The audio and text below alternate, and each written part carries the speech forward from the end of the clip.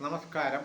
ഉപനിഷത്തുക്കളിലൂടെ എന്ന ഈ ചാനലിലേക്ക് എല്ലാവർക്കും ഹാർദവമായ സ്വാഗതം. Episode number 24.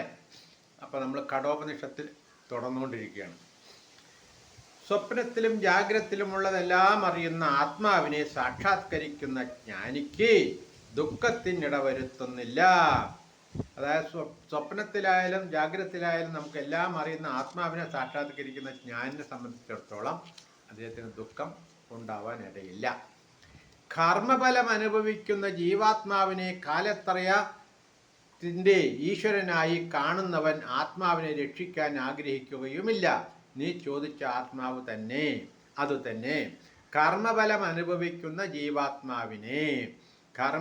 നമ്മുടെ ഈ ജീവിതത്തിൽ അനുഭവിക്കുന്ന എല്ലാ അനുഭവങ്ങളും, സുഖമായിക്കോട്ടെ ദുഃഖമായിക്കോട്ടെ, എല്ലാം പൂർവജന്മാർജിതമായ കർമ്മത്തിൻ്റെ ഫലങ്ങളായിട്ടുള്ള അനുഭവങ്ങളാണ് അനുഭവിക്കുന്നത്.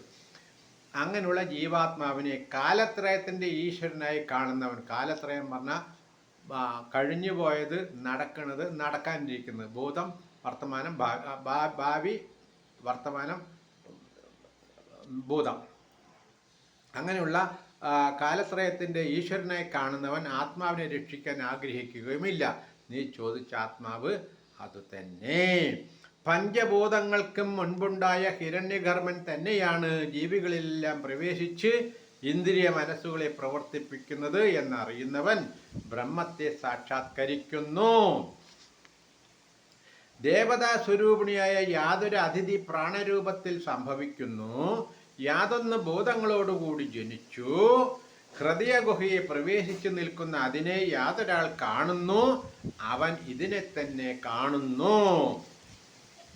നല്ലവണ്ണം രണ്ടു അരണികളിൽ നിലകൊള്ളുന്ന ജാതവേദസ് എന്ന അഗ്നി ഗർഭിണികളാൽ ഗർഭമെന്ന പോലെ നല്ലവണ്ണം ഭരിക്കപ്പെടുന്നു.